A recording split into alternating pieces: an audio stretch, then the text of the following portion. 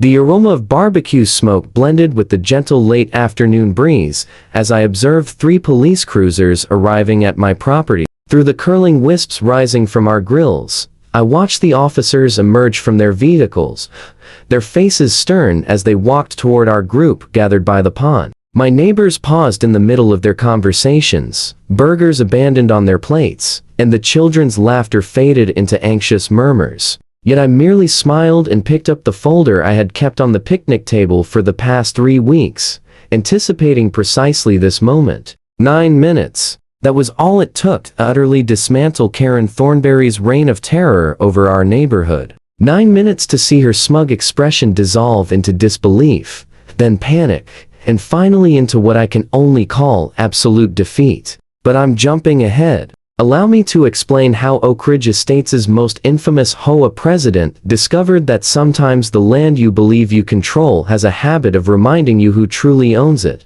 My name is David Parsons, and 15 years ago, I inherited 40 acres of prime land from my grandfather. The property features a stunning 3-acre pond that has belonged to our family for generations. When Grandpa passed away, he left me not only the land, but also boxes of documents going back to 1892, when his great-grandfather originally bought it. I constructed my home on the eastern section, preserving the pond and its surrounding areas as a natural sanctuary that I have always generously shared with neighbors who cherish its tranquility. 10 years ago, Oak Ridge Estates expanded, and through what I now understand was either negligence or intentional misrepresentation, the HOA asserted that my pond area was under their authority. At the time, I was occupied with my consulting business and paid little heed to their newsletters or meetings. I never signed their covenant agreements, never paid any dues, and quite frankly, forgot they even existed until Karen Thornberry was elected president 6 months ago. Karen had moved to Oak Ridge Estates 3 years earlier from somewhere up north, attracted by what she described as the opportunity to establish proper community standards. At 5'2", with constantly pursed lips and a clipboard that appeared permanently attached to her arm, she turned our serene neighborhood into something resembling a low-security prison. She issued citations for grass height violations, mailbox color infractions, and my personal favorite, a rule requiring all outdoor gatherings to obtain HOA approval with 48 hours advance notice. The first time Karen trespassed onto my property, I was teaching my nephew how to fish. She positioned herself at the pond's edge, her designer heels sinking into the damp soil, brandishing a laminated copy of the HOA bylaws. With a triumphant air, she declared that all water features had to be registered with the HOA, and that fishing required a permit personally signed by her committee. I courteously informed her that this was private property.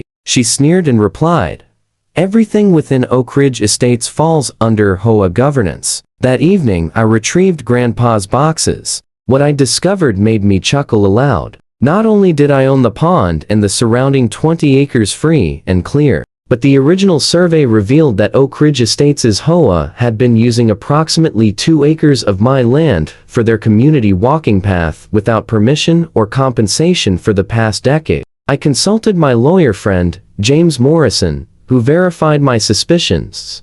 The HOA had no legal claim to my property at all. I could have confronted them right away, but James advised patience. With a mischievous tone, he said, "Let them dig their own grave. Document everything." So I did. Every instance of Karen's trespassing, every menacing letter citing violations, every occasion she stood at my property line recording my supposed infractions on her phone, recorded it all. 3 weeks ago, she issued a formal notice threatening legal action if I failed to comply with HOA regulations. That was when I decided to host a barbecue. I sent out invitations for the Memorial Day Pond Barbecue to all my true neighbors, not via HOA channels, but through personal notes to the 30 families I had known for years. I specified that this was a private event on private property. 25 families responded yes. Eager for a relaxed afternoon, I arranged for a local barbecue truck, set up tables and chairs, and even installed a modest sound system for background music. Everything was entirely legal and compliant with county noise ordinances. The party began at 2:00 p.m. on a gorgeous Saturday. Children were splashing in the pond's shallow areas. Adults were savoring cold beverages and delicious food. And for the first time in months, our neighborhood truly felt like a community once more. That was when Hurricane Karen struck. She charged through the assembled guests, her face flushed with fury, clipboard gripped like a weapon. She yelled over the music that this event was unapproved and breached at least 17 HOA rules. I calmly offered her a burger. This appeared to short-circuit her thinking. She stammered briefly before unleashing a rant about permits, quiet hours which did not begin until 10 p.m. and something regarding commercial food vendors. When I kept smiling and invited her to join us as my guest, she drew out her phone with a malicious grin. She declared loudly enough for the entire gathering to hear that she was summoning the police for an illegal assembly,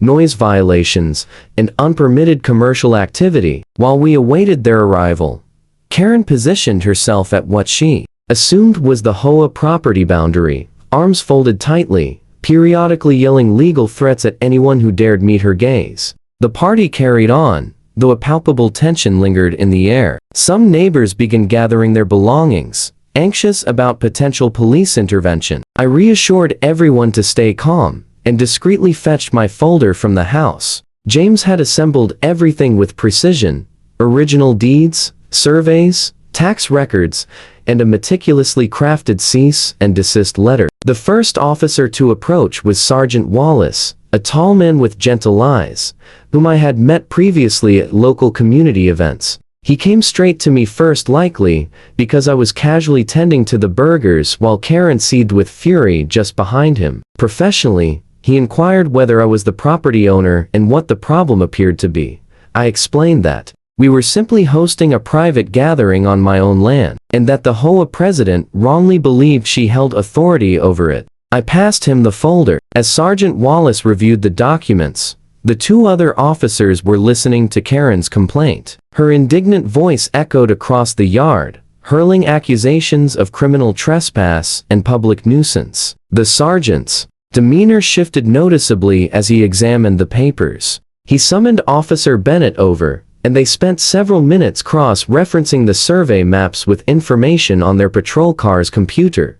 The change was striking. Sergeant Wallace returned to where Karen was still vehemently complaining to the other officers, and spoke quietly with them. Then he addressed Karen directly. I could not catch the initial conversation, but I witnessed the precise instant her arrogance vanished. Her mouth dropped open. She shook her head furiously, and her voice escalated to a shrill pitch that likely unsettled dogs in neighboring areas. She shrieked that this could not possibly be true, insisting the HOA possessed jurisdiction here.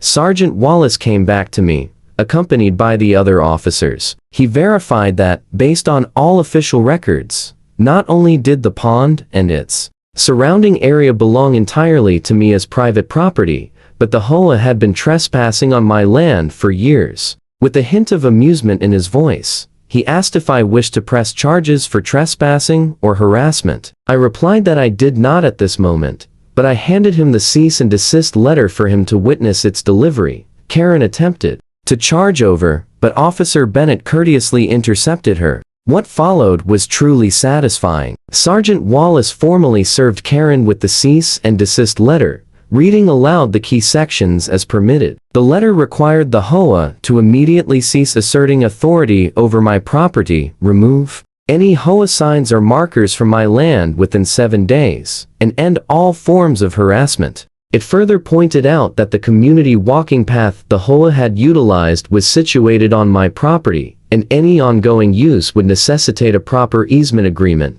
Karen's complexion shifted through a spectrum of shades: deep red, stark white, vivid purple, and finally an alarming gray. She stammered about consulting lawyers, about her supposed authority, and about how this was utterly impossible. The officers advised her that submitting a false police report constituted a misdemeanor, and strongly recommended she depart the property without delay. As she turned to leave, she yelled that this matter was far from resolved and that the HOA would litigate me into financial ruin. Sergeant Wallace calmly noted that continued harassment was also criminal. The remainder of the barbecue was magnificent. News traveled swiftly among the guests, and soon everyone wanted to examine the surveys. My neighbor Tom, who had once been fined $300 for using the incorrect shade of beige on his mailbox, actually wept with relief and happiness. The music played with greater volume, the food seemed even more delicious, and children,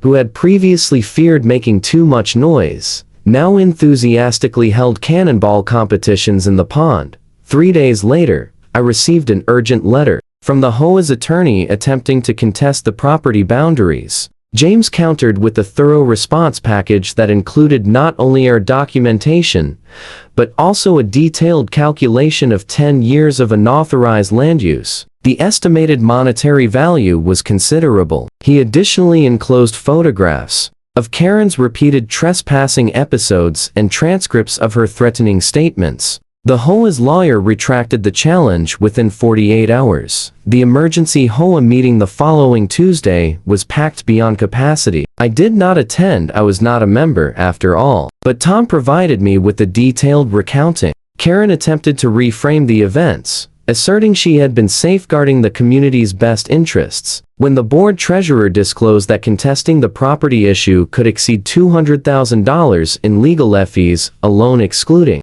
possible damages for trespassing, the room exploded in outrage. Homeowners who had remained silent for years suddenly spoke up. The no confidence vote was rapid and overwhelming, 38-2. Karen's sole supporters were her vice president and a woman widely believed to be her sister. As the results were announced, Karen rose to her feet, her expression contorted with fury, and proclaimed that we would all come to regret this, that she had connections, and that she would ruin our lives. The board president, Prom, quietly informed her that threats made during an official meeting were being recorded and could serve as evidence, but the true reckoning arrived 2 weeks later. It turned out Karen was employed as a compliance officer at a regional bank. Someone, and I genuinely do not know who, forwarded her employer a video montage compiling her threatening conduct, trespassing, and misuse of authority. Banks generally disapprove of staff exhibiting such questionable judgment and exposing the institution to legal risks. She was suspended on administrative leave while an investigation proceeded. The ultimate consequence came when the county sheriff's office, upon reviewing the false report she had submitted, elected to charge her with misuse of emergency services. This misdemeanor offense carries a potential fine of up to $5,000. When she was served with the summons at the parking space formerly reserved for the HOA president, witnesses reported that she simply remained seated in her car, staring at the document for 20 minutes before driving off. The expression on her face, as described by Tom, who observed the entire scene from his driveway, was one of total and profound defeat, as though she had at last comprehended that her campaign of intimidation had not granted her power. It had merely transformed her into a criminal facing an impending court appearance and a $5,000 fine looming overhead.